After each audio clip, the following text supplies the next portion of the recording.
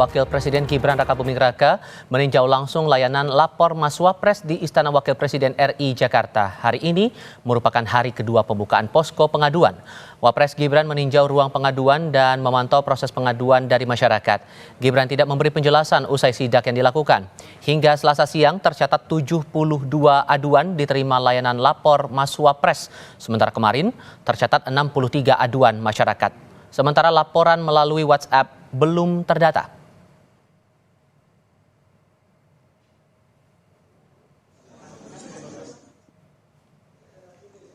Anggota Komisi 2 DPR RI fraksi Partai Demokrasi Indonesia Perjuangan, Dedi Sitorus menanggapi program lapor Mas Wapres yang dibuka Gibran Rakabuming Raka. Dedi menilai sah-sah saja jika sudah berkoordinasi dengan Presiden Prabowo. Namun yang juga perlu diperhatikan agar layanan ini tidak tumpang tindih dengan tugas pokok dan fungsi atau tupoksi lembaga lain. Terus belajar menyelesaikan persoalan itu melalui sistem dan prosedur yang ada. Supaya jangan jadi akhirnya menimbulkan kebingungan dan potong-potong kompas. Harusnya tugas wakil presiden itu kan memastikan membantu presiden ya supaya seluruh perangkat-perangkat pemerintahan yang ada itu bekerja maksimal. Jadi nggak perlu lapor wapres. Nanti kalau semua masalah republik ini lari ke wapres, emang kuat nyelesain kan? Itu problem. Tapi ya terserah aja. Pengumuman layanan lapor Mas Gibran disampaikan Wakil Presiden Gibran Rakabuming Raka melalui akun media sosial resminya. Gibran mengunggah poster berlatar biru dengan ilustrasi wajahnya. Pelapor dapat datang langsung ke posko pengaduan di Istana Wakil Presiden Jakarta atau membuka pengaduan lewat WhatsApp. Dan dalam poster yang terlihat di layar kaca saudara, tercantum informasi aduan warga dibuka pada Senin hingga Jumat pukul 8 pagi hingga 2 siang waktu Indonesia Barat. Aduan dibuka di Istana Wakil Presiden berlokasi di Jalan Kebon Sirih, Jakarta Pusat. Kami bahas program layanan lapor Mas Wapres ini bersama dengan para narasumber. Bergabung saat ini pengamat kebijakan publik Agus Pambagio dan tenaga ahli utama Kantor Komunikasi Kepresidenan Prita Laura. Selamat sore semuanya, apa kabar? Sore. Terima kasih sudah bergabung bersama kami dalam diskusi Kompas Petang kali ini. Mbak Prita, saya mau pastikan dulu untuk program lapor Mas Gibran ini, apakah sudah diketahui juga oleh Pak Prabowo bahwa akan ada posko pengaduan di Istana Wakil Presiden? Atau ada bagaimana bentuk koordinasinya sejauh ini? Pasti sudah diketahui, tidak mungkin dilakukan tanpa pengetahuan. Jadi saya mau sampaikan di sini, ini adalah program yang terintegrasi dengan program-program lapor yang sudah ada saat ini. Kita tahu ada SP4N lapor Mas Wapres ini akan terintegrasi. Jadi ini bukanlah sesuatu yang berdiri sendiri, sesuatu yang akan terintegrasi. Kenapa perlu dibuka lagi kanal seperti ini? Ini fungsinya adalah hanya memaksimalkan laporan-laporan masyarakat. Jadi ada sebuah kanal baru yang kemudian dibuka oleh Mas Wapres. Nah nanti kemudian akan terintegrasi dengan sistem yang sudah ada saat ini. Masyarakat sudah bisa melaporkan saat ini melalui kanal SP4N lapor.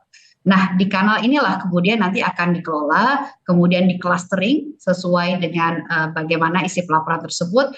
Kemudian di sana juga ada proses verifikasi dan setelah itu kemudian akan disampaikan kepada kementerian lembaga yang kemudian menyelesaikan hal ini. Kenapa perlu hal ini ada? Karena di sini ada proses juga pengawasan. Jadi di sini melalui Mas Wapres juga kemudian apakah ada ini sudah berjalan atau tidak. Di dalam SP4N lapor pun juga sebenarnya juga sudah ada pengawasan. Nah ini lagi-lagi fungsinya adalah memaksimalkan. Kemudian juga lagi kenapa perlu juga ada hal ini sebagai seorang pejabat publik yang ini adalah artinya adalah pelayanan publik ya. Perlu kemudian mengetahui sebenarnya masyarakat ini memiliki masalah apa. Ini merupakan bagian dari mitigasi isu. Sebenarnya bagaimana sih masyarakat terhadap kebijakan seperti ini, masalahnya ada di mana. Semua laporan ini nanti akan menjadi satu bentuk masukan juga kepada Mas Wapres begitu, untuk kemudian menjadi bahan evaluasi, menjadi bahan untuk mengembangkan kebijakan-kebijakan publik yang ada. Karena di dalam laporan Mas Wapres ini bukan hanya ditampung masalah keluhan, tapi juga banyak masyarakat yang punya berbagai ide. Saya sebagai tenaga ahli di Kantor Komunikasi Kepresidenan saja banyak sekali orang yang memberikan masukan kepada saya. Ini harusnya begitu. Namun dengan kanal ini berbagai masukan masyarakat, pemikiran, hal-hal baik, praktek baik di masyarakat maupun juga terutama di daerah ini bisa disampaikan Oke. melalui kanal-kanal ini. Eh, Ya. ada upaya memaksimalkan di sini, Pak Agus. Makanya kemudian dibukalah lapor di kantor Istana Wakil Presiden. Menurut Anda ini efektif? Begini, ini bukan yang pertama kan ya. Dulu 7-8 tahun yang lalu saya pernah membuat sendiri untuk namanya protes publik dan itu menampung begitu banyak. Saya kasih moto 2 kali 24 jam selesai. Kenapa saya bisa lakukan itu? Karena saya bukan bagian dari suatu sistem kenegaraan. Saya dari publik. Nah itu lalu diambil sebagian oleh UKP 4. Waktu itu bikin lapor, kemudian zamannya itu zaman Pak SBY. Kemudian zaman Pak Jokowi ada lapor dari KSP. Nah, saya nggak tahu ini konektivitasnya kemana, tapi namanya sama. Pokoknya anulah, menerima laporan masyarakat. Nah, yang saya khawatir, pengalaman saya, komunikasi itu lalu dilakukan. Saya waktu itu pakai 2 kali 24 jam. Jadi sampai di mana saya tetap harus laporkan. Nah, yang dilapornya KSP terakhir itu, kita tidak lihat disampaikan perkembangannya bagaimana. Karena masyarakat itu menunggu sampai di mana proses pengaduan saya. Nah, ini tentu baik ya untuk dilakukan kembali, dikuatkan. Tetapi sekali lagi masyarakat yang lapor itu membutuhkan informasi perkembangan sampai di mana. Itu satu. Hmm. Kedua, karena ini menggunakan KL yang bermacam-macam, karena persoalan publiknya melebar kemana-mana. Artinya ada birokrasi yang harus ditempuh oleh lembaga ini. Untuk misalnya masalah tanah, masalah transportasi, itu kemana? Oh, ke Kementerian Perhubungan dulu. Dia ada dan seterusnya. Nah, apakah kantor Wapres mau sesibuk itu? Ini pertanyaan saya. Karena itu pengalaman saya sangat sibuk. Akhirnya saya hentikan itu karena saya tidak sanggup ya untuk menjalankan itu. Nah, artinya apa? Ini efektivitasnya saya masih meragukan karena belajar dari lapornya yang UKP 4 kemudian KSP, saya belum tahu datanya dari yang lapor berapa yang diselesaikan, berapa persen. Puaskah masyarakat yang melapor itu juga tidak ada datanya sampai hari ini. Gitu. Oke. Oke, kalau gitu menjawabnya gimana Mbak Prita? Karena kan tujuannya memaksimalkan, tapi ada keraguan bahwa alur birokrasinya bakal lebih panjang. Apakah nanti akan ada prioritas isu yang bakal ditangani lebih dulu, atau mungkin ada pemotongan proses birokrasi, atau gimana? Jadi karena ini terintegrasi, jadi sebenarnya lagi-lagi ini bukanlah suatu hal yang terpisah. Ini terintegrasi dengan sistem lapor. SP4M lapor yang di sana untuk kebijakan, ini ada di sana ada KSP, kemudian ada Pan RB, ada Kemendagri, juga Komdiji. Nah, di dalam sana kemudian ada clustering, kemudian nanti akan diserahkan kepada kementerian-kementerian yang bersangkutan untuk kemudian menyelesaikan. Di dalam SP4 lapor, kasus-kasus diselesaikan, namun tentunya ada kerahasiaan. Ada kerahasiaan bagaimana pelapor kemudian dijaga kerahasiaannya. Kemudian di sana ada juga hasil-hasilnya, cuman mohon maaf ini saya saat ini sedang tidak memegang bagaimana yang sudah ditindaklanjuti, seberapa banyak laporannya. Nanti kami bisa informasikan kepada Kompas TV juga dari hasil SP4 lapor berapa banyak yang sudah kemudian ditindaklanjuti. Namun tentunya tidak semua laporan tersebut ini bisa ditindaklanjuti. Ada hal-hal juga proses yang kemudian kita melihat apakah ini merupakan bagian dari kebijakan publik atau sebenarnya masalah pribadi. Nah, ini yang perlu dicermati. Jadi ini lagi-lagi bukan hal baru. Nah, terkait dengan apa yang dilakukan oleh Mas Gibran dengan suatu gebrakan lapor Mas Wapres ini, di sini kita juga melihat bagaimana masyarakat berbondong-bondong datang. Ini sebenarnya kalau kita bicara sebuah upaya dari pejabat publik untuk kemudian menjalin kedekatan, mendengarkan sebenarnya masalah rakyat itu seperti apa.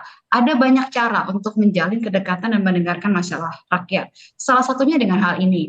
Dan di sini yang paling menarik adalah masyarakat ini melalui WhatsApp ataupun melalui datang ke kantor dari Wakil Presiden. Di sana masyarakat akan dibantu oleh petugas. Jadi masyarakat akan dibantu untuk petugas mengisi laporan tersebut. Di mana hal ini juga bisa jadi menjadi kendala. Saya bicara dengan beberapa masyarakat begitu ya, yang memiliki kesulitan. Tapi gini Mbak, sorry saya potong di bagian situ. Anda mungkin menegaskan bahwa ini akan terintegrasi, kemudian sistemnya akan memaksimalkan dengan apa yang sudah dimiliki oleh kementerian lembaga yang lain. Tapi apakah ini tidak akan lebih efektif kalau langsung saja ke kementerian bersangkutan? Misalnya hubungannya soal transportasi, langsung saja adukan ke Kementerian Perhubungan misalnya. Kalau kita ibaratnya begini logikanya, kalau kita lebih banyak kanal telepon aduannya diperbanyak, apakah itu akan menghambat? Tidak, itu artinya akan menampung lebih banyak. Karena ujung-ujungnya akan dikelola lewat kanal yang sama, lewat saluran yang sama SP4 lapor. Jadi ibaratnya, analoginya, ini adalah memperbanyak lagi sambungan-sambungan telepon untuk menerima lebih banyak lagi aduan masyarakat. Memaksimalkan, itu dia. Ini Oke. yang sebenarnya disampaikan. Jadi lagi-lagi ini bukanlah sesuatu yang terpisah. Ini sesuatu yang terintegrasi agar menampung lebih banyak lagi. Buktinya kita lihat antusiasme masyarakat, artinya adalah masyarakat ini membutuhkan hal ini. Ini yang ingin dijawab lewat program ini. Nah, kalau begitu Pak Agus, kalau Anda mencermatinya agar semua jadi link and match sesuai dengan semangatnya pemerintah untuk memaksimalkan laporan-laporan yang ada dari masyarakat ini, apa yang perlu diperhatikan betul? Gini, masyarakat Indonesia itu akan happy, senang kalau dia bisa bertemu langsung dengan pejabat tertingginya, dalam hal ini Wapres. Apakah iya Wapres akan meladeni semua itu? Anda ingat kasus Ahok itu bagus sekali, karena dia terima, dia bereskan, segala macam cepat. Sekali lagi, ini pekerjaan yang harusnya bukan pekerjaan Wapres, tapi orang datang ke kantor Wapres hanya ingin ketemu dulu. Ini loh kasus saya Pak, tolong dibereskan. Nah, berapa lama dari dia menyerahkan itu menjadi tolok ukur keberhasilan dan kepuasan dari pelapor. Nah, yang ada, karena kita punya sistem birokrasi tidak bisa menerabas meskipun itu terkoneksi, menerabas di kementerian-kementerian yang langsung membawa itu. Itu ada prosedurnya.